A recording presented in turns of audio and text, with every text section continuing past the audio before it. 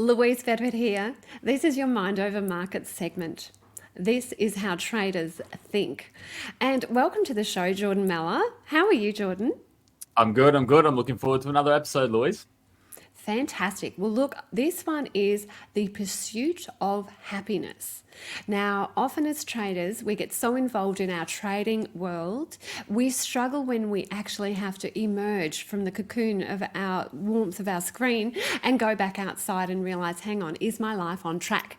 Is this really what I want to do? Am I heading in the right direction? Now, all of these questions can make an impact. Not only do traders who overtrade end up with worse results, they also end up out of balance in their life and unhappier as individuals, and we can't afford to let that happen. The best traders have balance in their life. So I'd love to share with you some of the research that I've done around this topic. I'd like to call this as a byline, how to invest wisely in your biggest asset, yourself, because I do think that is something we should all be looking at. Now, Jordan, it strikes to me that you would have had these conversations with yourself. How do I become happier? Is this what I really want in life? How does trading fit in? How does business fit in? Give me your perspective about the pursuit of happiness. Yeah, something I've actually discussed a lot on Trade Delicious and with traders as well is a lot of people dedicate so much time, and you hear it a lot as well. If I put in 14, 15-hour days now, I'll be better off in a year's time. And I always point out the habit that you build if you do that. And then you go back to asking people's reason why they're getting into trading and what it on, and most of them want it for the time freedom that it can deliver. So I go back and be like, well, is 15 hours a day in front of the screen the time, the discrepancies? So yeah, it's something I definitely discuss a lot. More time on the charts doesn't mean or make you happier. It doesn't always make you more money. Actually, in most times, if you've mentioned, overtrading becomes the biggest issue, and then it's actually harder to make money. So yeah, I think there's a lot of discrepancies. There's a lot of things we can talk about today, which is exciting. Yes, absolutely. Now, one of the people who has definitely been behind this movement is Dr. Martin Seligman. Now, Martin Seligman is a world-renowned psychologist. He initially focused on an area of research that I threw myself at. In 1997, he focused on teen suicide.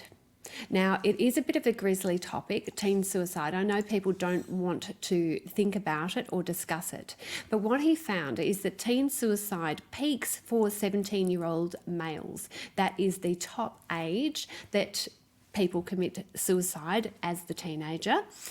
And the difficulty with this is that at the age of 17, these 17-year-old young men are presented with many life choices. Do I do drugs? Do I have sex?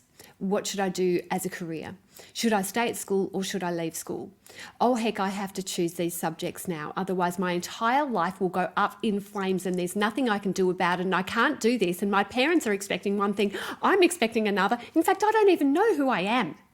Now, this is the essence of the at-risk teenager. Now, unfortunately, because I do identify as a female and as a mother, the difficulty with this is that the blame was shifted to mothers. Now, I'm going to be completely open with you about this because I know some people that are listening are wanting to know what can you do about it.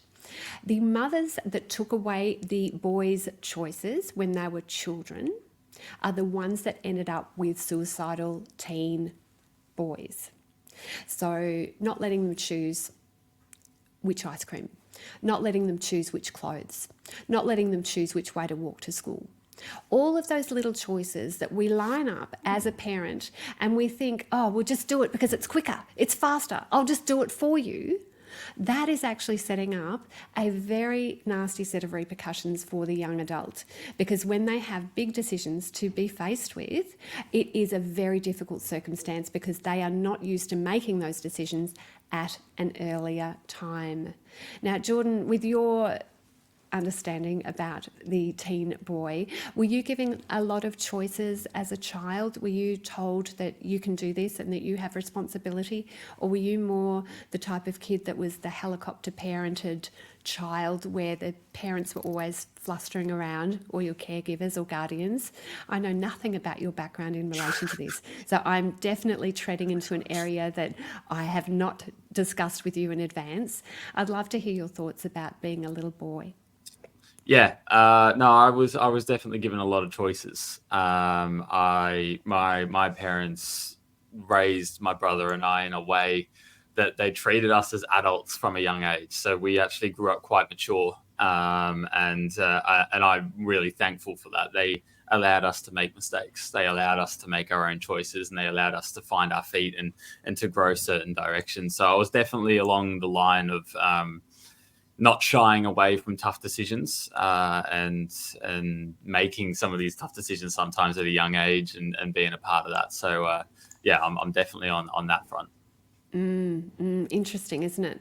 Now, in 1997, Seligman was actually sent a cryptic email from two people who ended up being a very significant part of his life.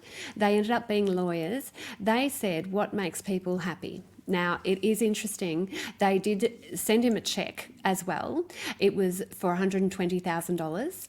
And they wanted to talk about the investigation of genocides. That was the first topic. So this broad overall, how do we avoid unhappiness, has been a topic for psychologists for many, many years. But they were starting to push towards how do we get rid of this unhappiness and how do we maximise our happiness. So a month later, after Seligman provided some evidence to say this is how that research project went, he investigated positive psychology and he started to move into this happiness area, and they gave him a check for $1.5 million. Now, isn't that a lovely thing? So he was the first person to really plunge forward and look at this pursuit of happiness. And when that money was used up, Seligman said, "I need $20 million." Because in for a penny, in for a pound. Now, they did not give him $20 million. However, by that time, they had a full board in place. Seligman could pretty much determine this is what I want to do in psychology, and they raised money to be able to provide for each of those research topics. Now, for those of you that know of Angela Duckworth, she's the author of Grit. She studied under Seligman, and I just am so interested in her work. Fascinating to see. So the original money that he was provided, it only went so far, but now it has become a movement.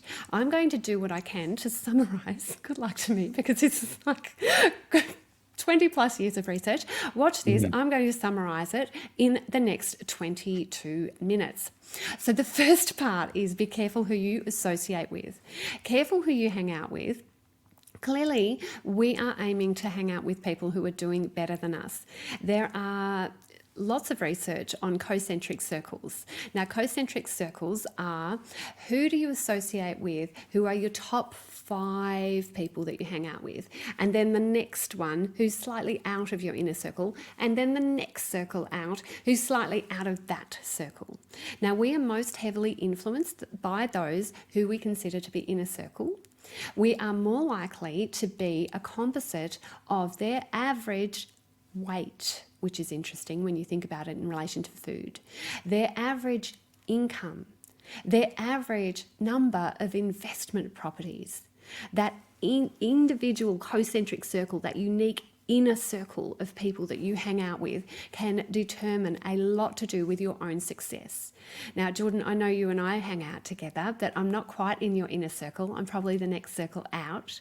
But when you look at your own inner circle of people, are you looking to actively curate that circle to encourage a wealth mindset? Yes, in some cases, and there's the averages that you've mentioned there. I don't see in my inner circle. A couple of different things there, but I am also aware of that, and I'm aware of what I'm trying to do and what the group mentality is, and where other people are going. And I'm aware that I'm a little bit different, at least on some fronts, to what my inner circle is. I don't know if that makes a difference or not, but I am self-aware to know that I'm doing something that I know they won't or aren't attempting to do at the same time. It doesn't push me away. I love them to bits, and And I history still there with counts. them. Yeah, Yeah. but yeah, I can understand the theory behind it, but I think I might be a little bit on the outside there Yeah. of resonating with it. Well, that is actually where you need to actively seek out people that can inspire you, that can take you through to that next level. And of course, this episode is a part of that. So, who are you hanging out with? Who are you determined in terms of your own choices? Who is going to give you validation? Who is elevating you? Who is giving you that unreasonable friend circumstance so that they challenge you into becoming a better individual, a better trader, a better business person? So that is the first aspect, I would say, that I'm going to condense from Martin's research. And the next one is to stop whinging. Now, for me personally, this is a little embarrassing, but years ago, I thought it was very bonding to whinge, to say, oh my gosh, I can't believe that manager said this to me. Oh, can you believe that person said that? Can you believe that's what she was wearing? Not positive at all. Not positive at all. Now, when this research came out, so this was around 1996, 7-ish, this research, I decided to stop cold turkey, and I did. I no longer whinge. I complain. There's a difference, because complaining is looking for a solution based on a negative circumstance. But whinging is that incessant whining that there is no solution at the end. Now, I think you are one of the least whingy people I have ever met, Jordan. Have you cultivated that on purpose? Yeah, that I owe full credit to my father. He is that one that you just touched on there, who will call you on your BS and will help you be that better person, help you be that better professional, help you strive for a little bit more. And he's always taught me that. What's the resolution? What's the resolution? What's the point? What are we going to get out of whinging? Nothing. What are you going to do about it? And then also the whole, you can't stress over what you can't control. And so that allows me, whenever I feel stressed or whingy or complainy, if I can't control it, I'm wasting energy. If I can control it, I'll find the resolution. So I won't be whinging about it. I'll be resolving it. So yes, I appreciate the compliment, if that was a compliment. But Absolutely. Yeah. I'm definitely on that proactive front. Watch the level of gossip as well, because it's so important for us to realize when we're falling down those negative mind traps. Gossip is bonding. I do get that. And for everybody working side by side in an office, it can make you feel good to know that you're on the same team. However, that is something that can be insidious. Now, more from the studies of Martin Seligman, retail therapy is not therapy. Now, we do things to try and make ourselves feel better, to give ourselves that little buzz, to avoid thinking about the negative circumstance in front of us. And overspending is an incredible pastime. It is. It really is. People are going crazy out there, especially the buy now, pay later. The 18 to 34-year-old male is overrepresented with the buy now, pay later. And the majority of these purchases are done late at night. Not only do you spend more, you spend more frequently. And they do suggest that 46% of people who've ever done a buy now, pay later say that they're going to do it again. So that's interesting. It's quite a sticky habit. And also, out of that 46%, 87% say they know they've got a problem with it. So this is a billion dollar industry burgeoning before our very eyes. The exponential rate of growth is huge. Now, it's not a way that I tend to solve my problems. Do you overshop, Jordan? No, I wouldn't have thought so. I wouldn't have thought so. No, and I've got very strong views on credit cards and buy now, pay later schemes and things like that, Yes. which are a strong red flag. None. You can't Yeah. afford it, you don't buy it, and I'm very open about that. But yeah. So am I. It's the need versus want situation. So the core concept is don't spend your equity on things that you do not need. Now, as a trader, this becomes even more important. A lot of robust trading systems, for them to actually work, it requires you to have money. It really does. If you start undercapitalized, you are not going to be able to excel in the markets. You often will run into a cluster of losses. And even if you're using beautiful position sizing and incredible risk management, that cluster can hit you harder emotionally if you started with a lower amount of capital in the first place. So the traders that start with more equity feel more resilient. Now, I'd love your thoughts on that too, because I know with prop trading, there's a slightly different emphasis with that, Jordan. Maybe you can position this for the traders listening that are using prop money. Yeah, I think it still relays the same.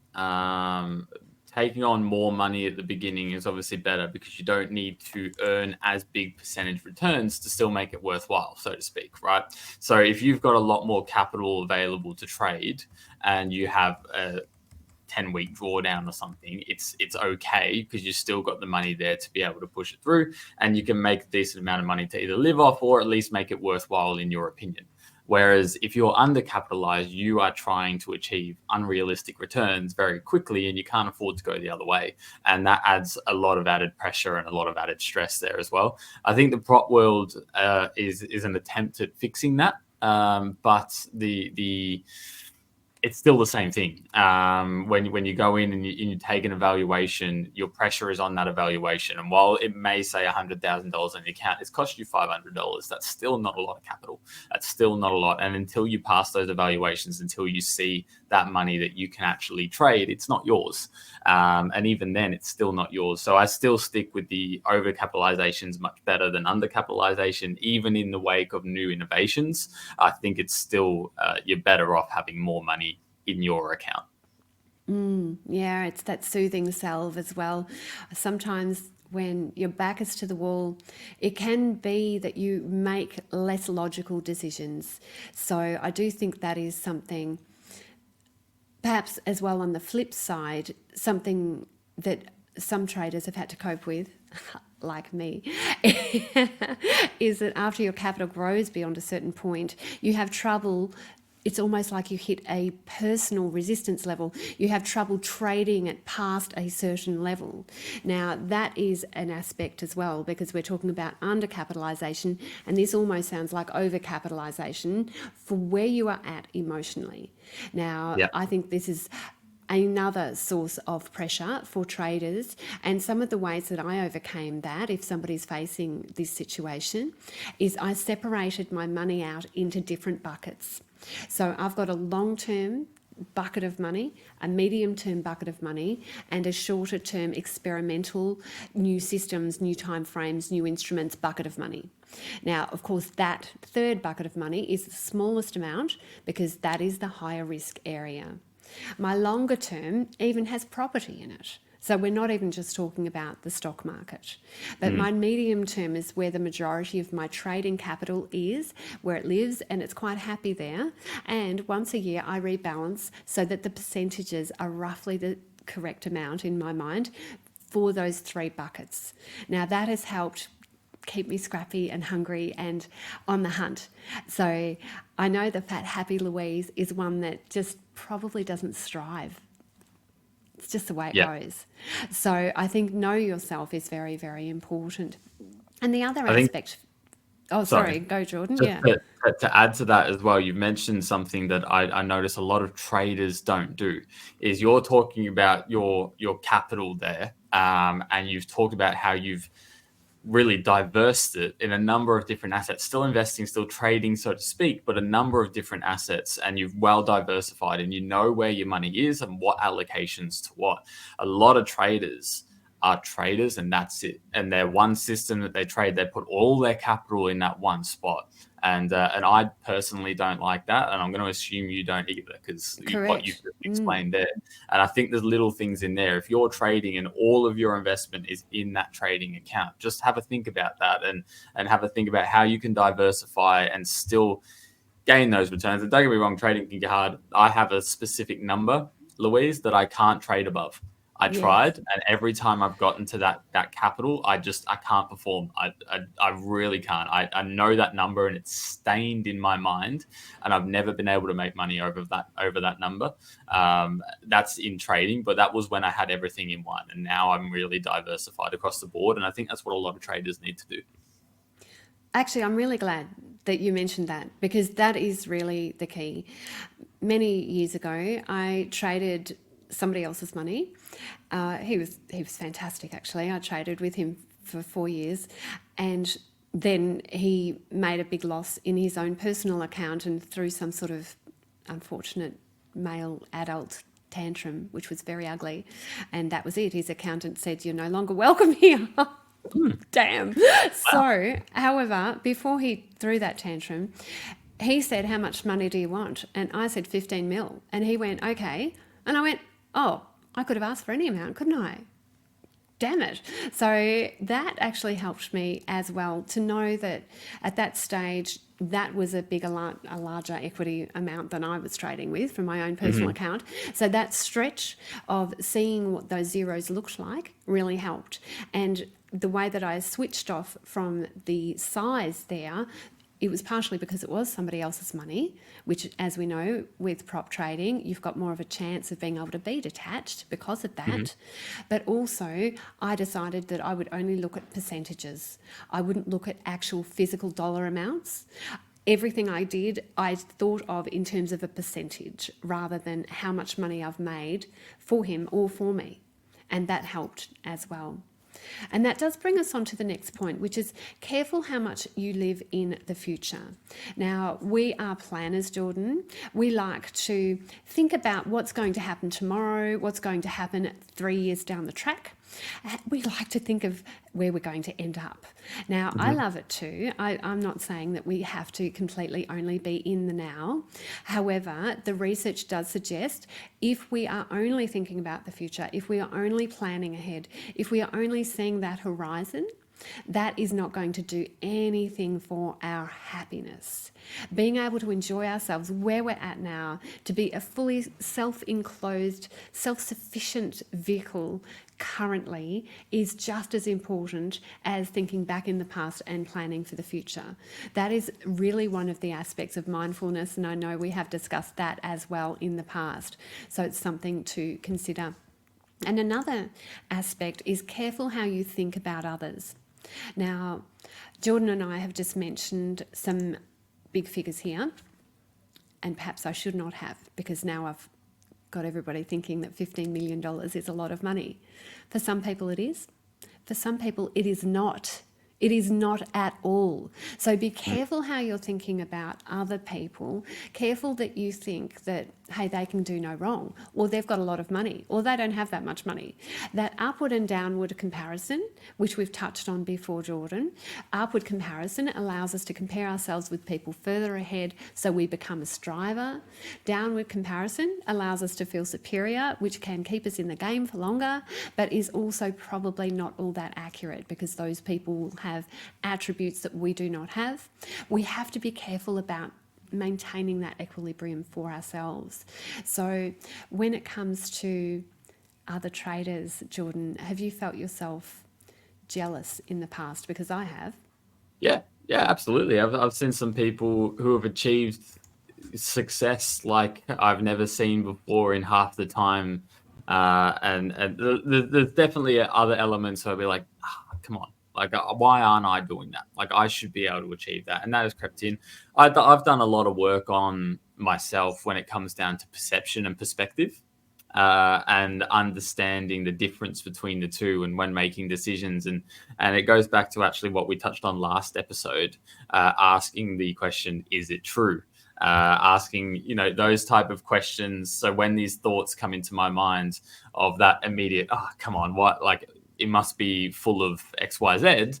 Well, to stop and go, okay, why am I thinking that? Why am I feeling that? Is it true? And then kind of having through, and then what about his perspective? What about his perspective? So there's been a lot of work that I've done internally to overcome that, because I was definitely a sucker for it. Is people, where other people were at was really determining on my view, and that's wrong. I love that you have identified those two aspects, so perception and perspective. The fact that you've even been able to name it as a process can help. I do think once we can name a process for ourselves, we are really 99% of the way towards resolving it. Sometimes it's the questions we ask ourselves that can make the biggest difference. So be careful thinking that others are better or worse than you. In summary, this is thousands and thousands of pieces of research that I've tried to condense into one sentence, but that's really what we're discussing here. Now, another aspect that Seligman focused on, and all of Seligman's people that follow him, they also focus on, is to never stop learning. This is such a key, to never stop learning. Not only do we find that with our own occupation that makes a difference, but it also makes a difference for our future. So dementia is such an issue in this society, and in so many areas we have got control over how far we go down in terms of our slippery slope into degeneration. So some of the things that we can do to protect our brain, to make sure that we are always stretching, they are within our control. And the people that have the best outcome for dementia studies are people who never stop learning, who have a university education, that try novel experiences, that learn musical instruments, that learn a new language or more than one new language, that continue to find a passion and to pursue it. So all of those aspects, they don't have to change in terms of the concept as we get older. I love chatting with